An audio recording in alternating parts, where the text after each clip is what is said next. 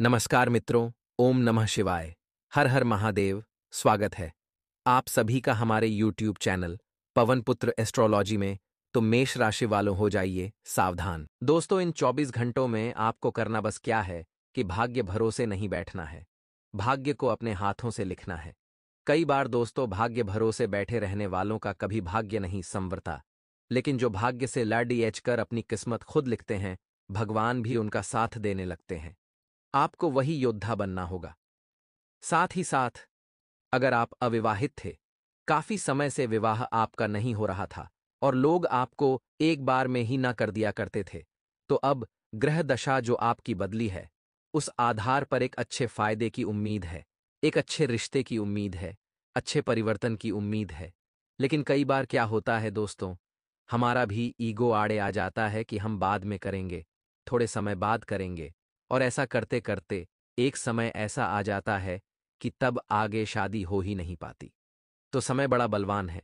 समय की महत्ता आपको इन 5 दिनों में समझनी होगी, क्योंकि यही समय आपके काम बनाएगा, यही समय आपके काम बिगाड़ेगा। और अगर आप समय के साथ चलेंगे तो आपका हर कार्य 100% पूरा होगा। आने वाले अगले 5 दिनों में मौके बहुत सारे बनेंगे, चाहे फिर वह व्यापार में विस्तार करने की योजनाओं को फलीभूत करने का हो, चाहे वह नौकरी में पदोन्नति पाने का हो, या फिर गुरुओं का खास आशीर्वाद पाने का हो। यह आपके हाथ में है कि आप हर मौके का फायदा उठाएं, क्योंकि जिंदगी में मौके हर किसी को नहीं मिलते, और एक मौका जो जिंदगी बदल दे, एक ऐसा मौका भी आपको मिलेगा। आप भी कहेंगे, भगवान, ये मेरे साथ क्या हो रहा है? लेकिन हर बुरे के पीछे कुछ अच्छा भी होता है। अगर मान लीजिए आप मार्केट जा रहे हैं और आपको कोई शर्ट पसंद आ गई, लेकिन आपके पास पैसे नहीं हैं और आप भगवान को कोस रहे हैं, प्रभु, एक शर्ट लेने के भी मेरे पास पैसे नहीं हैं, क्या मैं इतनी सी शर्ट नहीं ले सकता? लेकिन जब समय बीतता है दोस्तों, तब आपको समझ आता है, जब आप एक बहुत अच्छा सूट खरीद लेते हैं, कि मैं उस शर्ट के लिए नहीं बल्कि इस सूट के लिए बना था। तो यही जिंदगी है दोस्तों। यहां पर थोड़े बहुत कॉम्प्रोमाइज करने पड़ते हैं आगे आने वाले सुखों के लिए। कई बार हम सही होते हैं, कई बार हम गलत होते हैं, लेकिन अंततः जो होता है अच्छा होता है। और भगवान हमारे साथ कभी गलत कर ही नहीं सकते। हमें ऐसा लगता है कि भगवान हमारे साथ गलत क्यों कर रहे हैं, लेकिन जब समय बीतता है तो हमें इस बात का एहसास होता है कि जो हुआ अच्छा हुआ, हमारे लिए यही सही था। तो हर चीज को एक्सेप्ट करिए और भगवान की लीलाओं पर कभी संदेह नहीं करते, क्योंकि वह कभी गलत कर ही नहीं सकते। आने वाले अगले 5 दिनों में आपका जो बिजनेस है वह सफलता की ओर अग्रसर होने वाला है। लेकिन दोस्तों, एक बात बताते हुए हम आपको बहुत सावधान कर रहे हैं कि आपके आसपास आस्तीन के सांप बहुत सारे हैं। आस्तीन के सांप अर्थात ऐसे लोग जो हमेशा से आपके अपने रहे हैं, लेकिन जब मौका मिलता है आपको पछाड़ बेचने में देर नहीं लगाते। जब मौका मिलता है आपके साथ कुछ गलत करने में देर नहीं लगाते। इन लोगों को हमेशा से खुद की चिंता होती है। इन लोगों को हमेशा से खुद का स्वार्थ पूरा करना होता है, और इनका स्वार्थ जब पूरा हो जाता है तो यह आपका इस्तेमाल करके आपको छोटी डी डिश देते हैं। ऐसे ही लोगों से आपको बचना है। आइए आपको सावधानियों का जिक्र कर लेते हैं कि क्या सावधानियां आपको बरतनी होगी, क्या उपाय आपको करने होंगे। ये वीडियो में अब आपको आगे पता चलेगा, जो कि काफी महत्वपूर्ण विषय है, काफी महत्वपूर्ण आगे जानकारी है। तो आप कृपया करके वीडियो के साथ एंड तक बने रहिए।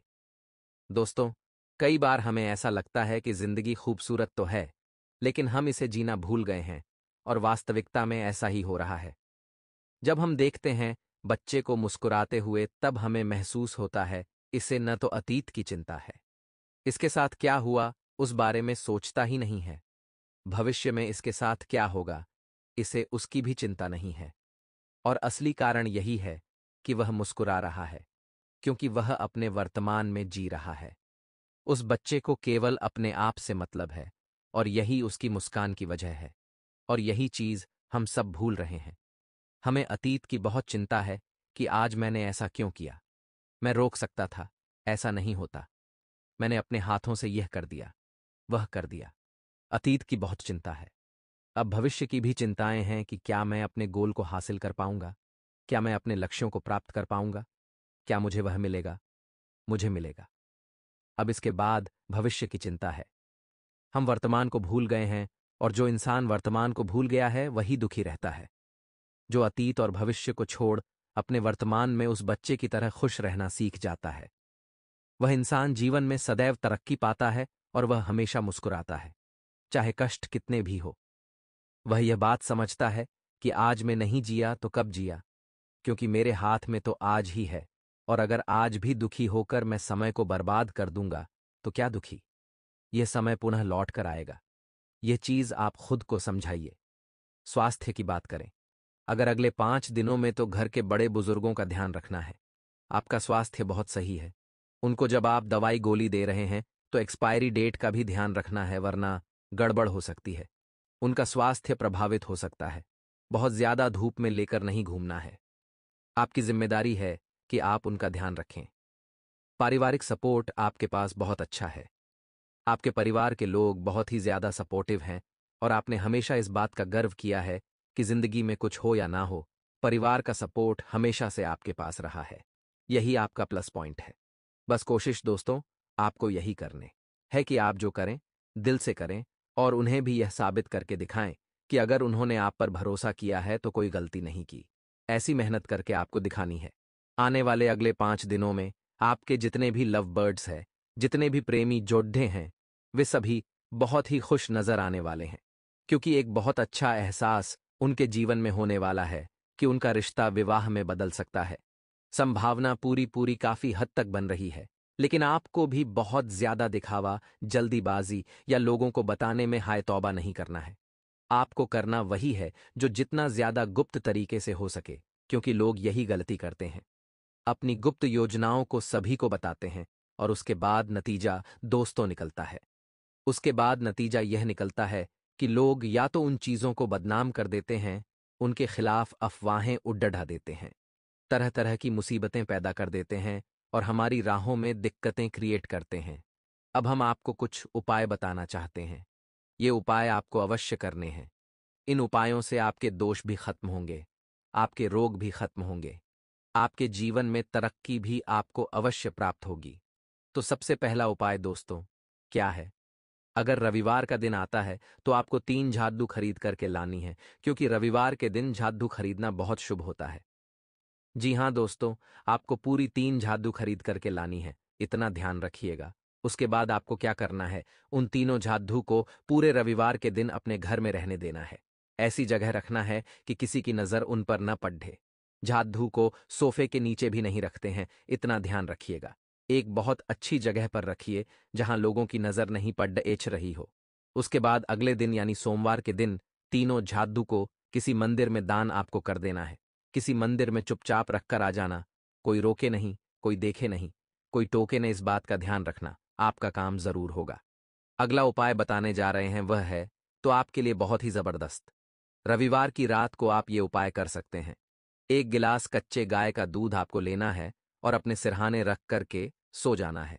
जी हाँ दोस्तों, सिरहाने रख करके सो गया।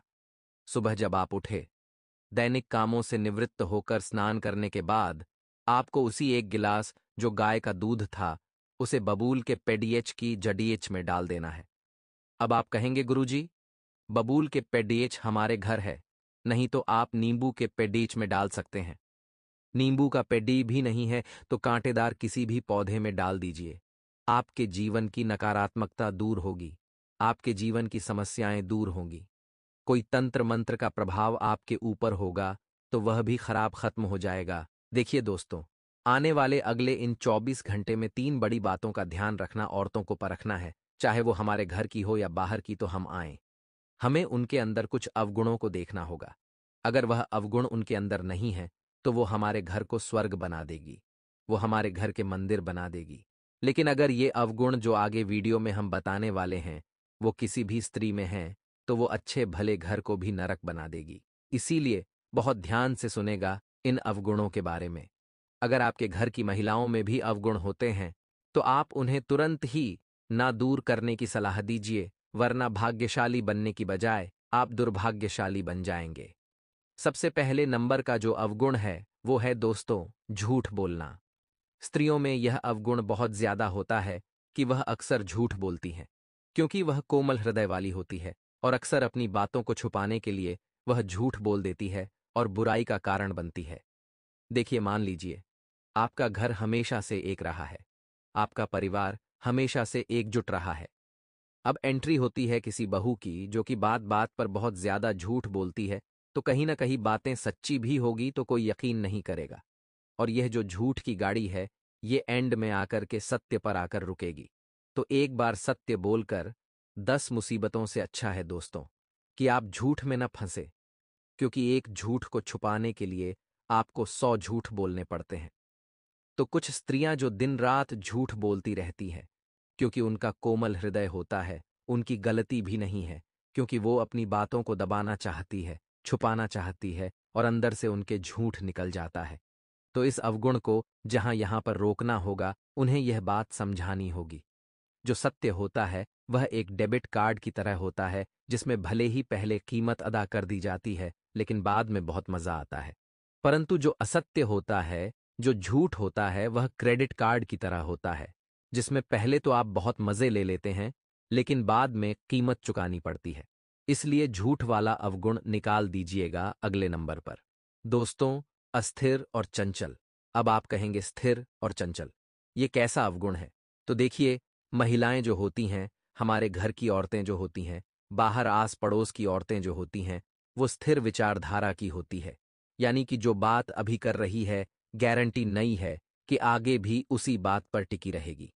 गारंटी नहीं है कि वह चीज उन्हें आगे भी अच्छी लगेगी। उनकी जो विचारधारा है वो स्थिर नहीं है। स्थिर है तो कई बार वो चीजें पसंद करती है, खरीद कर ले भी आती है, लेकिन बाद में उन्हें वो चीज रास नहीं आती, क्योंकि ये 2 पल की खुशी होती है कि मुझे अच्छा लग रहा है, लेकिन सोच समझकर निर्णय नहीं लिया जाता। चंचल उनका चित्त होता है, उनके मन को समझ पाना बड़ा मुश्किल होता है। आप सोचेंगे कि आप उन्हें चीज दिला रहे हैं क्योंकि उन्हें ये पसंद आ रही है, लेकिन कुछ ही समय बाद वो कहेंगे कि इसमें वो वाली बात नहीं है, तो इनके मन को समझ पाना बहुत मुश्किल है।